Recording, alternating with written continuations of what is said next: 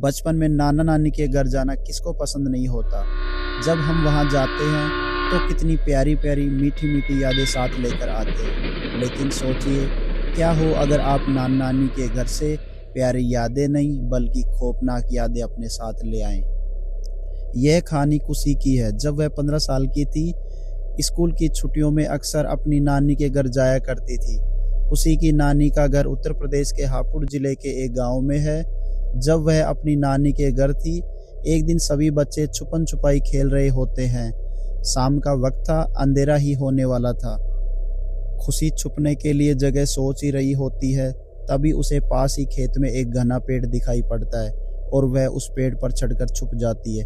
हमें अक्सर हमारे बड़े बुजुर्ग कहते हैं कि शाम के वक्त परफ्यूम लगाकर बाहर नहीं निकलना चाहिए, लेकिन यही गलती उसी शाम खुशी कर देती है। जिस पेड़ पर खुशी छिपी थी, उसी पेड़ पर जिनका वास था। अब यहाँ से खौफनाक चीजें शुरू होती हैं, जिन्हें सुनकर आपकी रातों की नींद उड़ने वाली है। अब खुशी अपने घर आ चुकी थी और उसका व्यवहार बहुत अजीब हो चुका था। वह छोटी छोटी बातों पर गुस्सा करने लगी थी। खुशी जो शिव की पूजा करती थी और हर सोमवार व्रत रखती थी, अब पूजा बिल्कुल नहीं करती, ना ही व्रत रखती। यह सब देखकर उसके मम्मी पापा बहुत हैरान हो जाते हैं, लेकिन वे सोचते हैं कि वह अभी 15 साल की थी, अभी छोटी है। कुछ दिन ऐसा ही चलता रहा।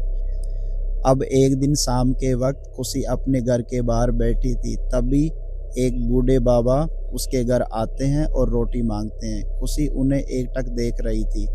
तभी उसकी मम्मी रोटी लेकर आती है, लेकिन वह बूढ़े बाबा रोटी लेने से मना कर देते हैं और उसकी मम्मी से कहते हैं कि इस बच्ची पर एक डरावना साया है, जितना जल्दी हो सके इसे किसी तांत्रिक के पास ले जाओ। शाम को जब खुशी के पापा आते हैं, उसकी मम्मी बाबा वाली बात उन्हें बताती है, लेकिन खुशी के पापा कहते हैं कि ऐसी किसी बात पर विश्वास मत किया करो, सब अंधविश्वास है।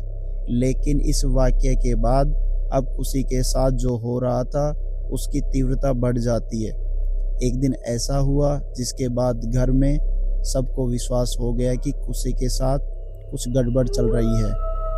हुआ ऐसा कि एक दिन खुशी के पापा दिन में कहीं बाहर जाने के लिए निकलते हैं। अपनी बाइक पर बैठे ही होते हैं, अभी बाइक स्टार्ट भी नहीं की थी, तभी उन्हें एक जोर का धक्का लगता है और वह उछलकर आगे की ओर गिर जाते हैं।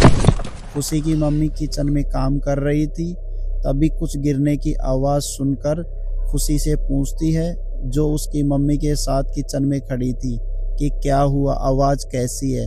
तो खुशी एक अलग ही आवाज़ में बोलती है, तेरे आदमी जो तांत्रिक के पास जा रहा था, गिरा दिया मैंने उसे, अभी लड़खड़ाते हुए आएगा घर में।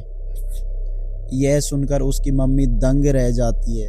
तभी खुशी के पापा घर के अंदर आते हैं। उसके पैर पर चोट लगी थी और बताते हैं पता नहीं कोई आसपास नहीं था, फिर भी कैसे किसी ने धक्का देकर गिरा दिया। खुशी की मम्मी यह बात खुशी के पापा को बताती है कि कैसे खुशी ने किचन में खड़े खड़े ही बिना देखे बोल दिया कि तेरा आदमी गिरा है और मैंने गिराया है। जब यह बातें हो रही थी, तब खुशी की बड़ी मम्मी यह सब सुन लेती है और खुशी को डांटना शुरू कर देती है।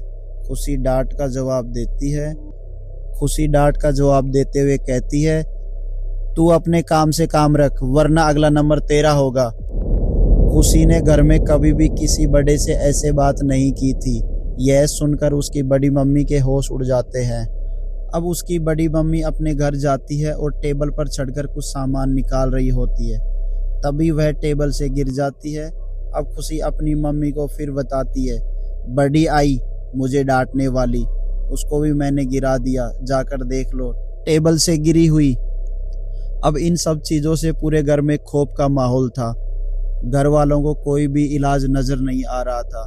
वे पड़ोसियों से पूछते हैं कि कोई तांत्रिक वगैरह जानते हैं क्या, लेकिन उन्हें कहीं से भी कोई तांत्रिक वगैरह का कांटेक्ट नहीं मिला।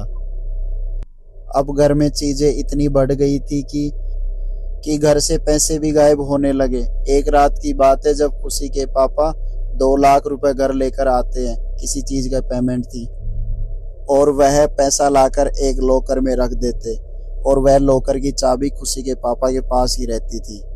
लेकिन जब वह पैसा सुबह देखते हैं तो लॉक भी सही था और चाबी भी उनके पास ही थी। लॉक से कोई छेड़खानी नहीं की थी किसी ने, लेकिन फिर भी लॉकर से पैसा गायब हो चुके थे। अब घर में ऐसे ही पैसे गायब होने का सिलसिला चलता रहता है। एक बार की बात है, वह लोग शादी में गए थे। खुशी की मम्मी ने अपनी सोने की चैन और चांदी की पायल भी लॉकर में रखी थी, लेकिन वह भी गायब हो जाती है। अब घर में अजीबोगरीब चीज़ों का सिलसिला बढ़ता ही जा रहा था। अब उन्हें कहीं से एक मौलाना का नंबर मिलता है और वे मौलाना के पास से बात करते हैं। खुशी के पापा और खुशी के चाचा उनसे मिलने जाते हैं। मौलाना उनसे कहते हैं कि मैं ऐसे नहीं बता सकता, आप जब अगली बार आओ तब खुशी के कपड़ों का टुकड़ा लेते हुए आना। अब अगले ही दिन खुशी के पापा और उसके चाचा खुशी के कुछ कपड़ों का टुकड़ा ले जाते हैं। उसे देखकर मौलाना बताते हैं इसके ऊपर एक जिन्न है। यह सुनकर खुशी के पापा और उसके चाचा शौक रह गए। अब मौलाना कहते हैं कि आप अगली बार शुक्रवार को खुशी को मेरे पास लेकर आओ। खुशी को जबरदस्ती ले जाया जाता है, क्योंकि जाते समय खुशी बहुत नाटक कर रही थी। ले जाते वक्त उसकी गाड़ी का टायर भी पंचर हो जाता है। बड़ी मुश्किल से वह मौलाना के पास पहुंचते हैं। जैसे ही वे पहुंचते हैं, खुशी बिल्कुल सामान्य व्यवहार कर रही होती है, जैसे उसके ऊपर कोई ऊपरी साया ही नहीं हो। फिर मौलाना एक छड़ी निकालते हैं और उसे मारना शुरू कर देते हैं। यह देखकर परिवार वाले बहुत दुखी होते हैं, लेकिन मौलाना भी कहते हैं यह जिन डराने धमकाने से ही निकलेगा। मौलाना एक बबूत देते हैं और कहते हैं कि इसे खाने में मिलाकर खिलाना। लेकिन उस दिन के बाद से खुशी ने घर का खाना ही खाना छोड़ दिया। 4-5 दिन ऐसे ही निकल जाते हैं। फिर वे दोबारा मौलाना के पास जाते हैं और बताते हैं कि वह खाना नहीं खा रही और ज़बरदस्ती खिलाने पर उल्टी कर देती है। फिर एक दिन जब मौलाना उसकी पिटाई करते हैं तो जिन इनके अंदर से बोलता है, मैं इसे खाना खिला देता हूँ। कल ही उसकी चाची के घर से 3 सेव पड़े थे, मैंने इसे खिला दिए। मैं इतना बेवकूफ़ नहीं हूँ कि तुम्हारी बबूत वाला खाना खा लूँ। मुझे निकालना तुम्हारे बस की बात नहीं है। मौलाना उन्हें जमजम का पानी पिला देते हैं और कहते हैं कि जब भी जिन आए इसे छिड़क देना, इससे आराम मिलेगा। लेकिन यह स्थायी इलाज नहीं था। एक रात खुशी अचानक उठती है, अजीब आवाज़ में बोलती है और वह घर का सामान फेंकने लगती है। पूरा घर तहस नहस कर देती है। उसके पापा मौलाना को फ़ोन करते हैं, लेकिन उसका बेटा फ़ोन उठाता है और बताता है कि पापा को कल ही लकवा मार गया। तभी खुशी के अंदर का जिन बोलता है, बहुत मारता था ना मुझे, अब लग गया ना लकवा, वो मेरा नुकसान करेगा, उसका यही हाल करूँगा। अब परिवार की उम्मीद टूट चुकी थी। फिर काफ़ी ढूंढने के बाद उन्हें काशी में एक तांत्रिक मिलता है। वे खुशी को ले जाते हैं। तांत्रिक उसे बताते हैं कि जब वह नानी के घर गई थी तब एक पेड़ पर चढ़ी थी। उस पेड़ पर जिन का वास था। इसे परफ्यूम लगा रखा था, जिससे जिन इसे पसंद करने लगा और इसके ऊपर सवार हो गया। 3 तांत्रिक मिलकर मंत्र पढ़ते हैं और किसी तरह से जिन को बुलाते हैं। जिन कहता है, यह मुझे पसंद है, मैं इसे छोड़कर नहीं जाऊंगा। तब तांत्रिक उस पर बबूत फेंकते हैं। खुशी जोर जोर से चिल्लाने लगती है।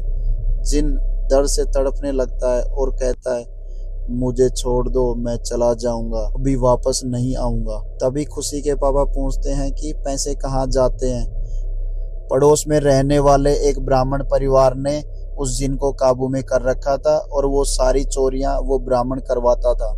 अंत में तांत्रिक उस जिन को एक बोतल में कैद करके गंगा नदी में बहा देते हैं। इसके बाद खुशी बिल्कुल ठीक हो जाती है। उसे ये सब कुछ याद ही नहीं था। अब खुशी बिल्कुल स्वस्थ है और उसने 12वीं पास कर ली है। दोस्तों, एक परफ्यूम लगाना भी कभी कभी कितना खौफनाक घटनाओं की वजह बन सकता है। इसलिए शाम के समय कभी भी परफ्यूम लगाकर बाहर न निकलें। क्या पता आपको इंतजार कौन कर रहा हो।